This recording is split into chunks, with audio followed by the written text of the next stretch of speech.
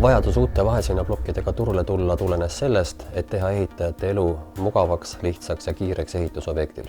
Uued plokid on vertikaalvuugist tappühendusega, mis omakorda tagab selle, et vertikaalvuugist segu kasutama ei pea ja segu on seega võimalik kokku hoida.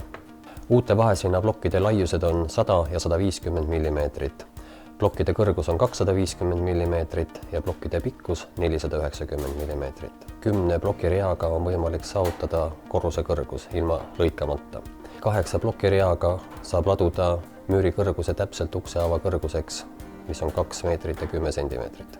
Plokkide omaduste poole pealt muudatusi ei ole tehtud. Plokkid on nii nagu ennemgi, on Fibo 3 ja Fibo 5, mille survetugevused on siis vastavalt 3 ja 5 megapaskalit.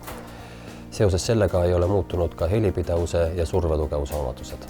Plokkide ladumisel soovitame kasutada Weberi müürisegu, mida me pakume nii 25 kui ka tonnistes kottides. Segu on lihtne valmistada, tuleb ainult vesi ja kuivsegu omavahel vastavalt kotil oleva juhendile ära segada ja ongi valmis segu kasutamiseks kõlblik. Suuremaid koguseid on mõistlik segada segumasinaga, väiksemaid koguseid trelli ja vispliga. Plokkide ladumine toimub täpselt sama metoodika järgi nagu teistegi Fibo plokkide puhul. Ainus erinevus on see, et vertikaalvuugist segu ei kasutata, vaid tappühendus jääb plokke omavahel siduma.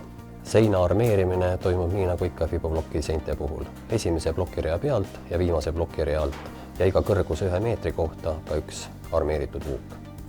Seinte sidumine teiste seintega on võimalik siis kas armatuurvardaga või kasutada selleks spetsiaalset ühendamisklambrit.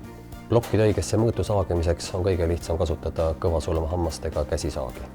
Uksehaavade sildamiseks on 2 erinevat võimalust, kas kasutada Fibo valmissillust või liimida kokku vaheseinaplokkidest sillus.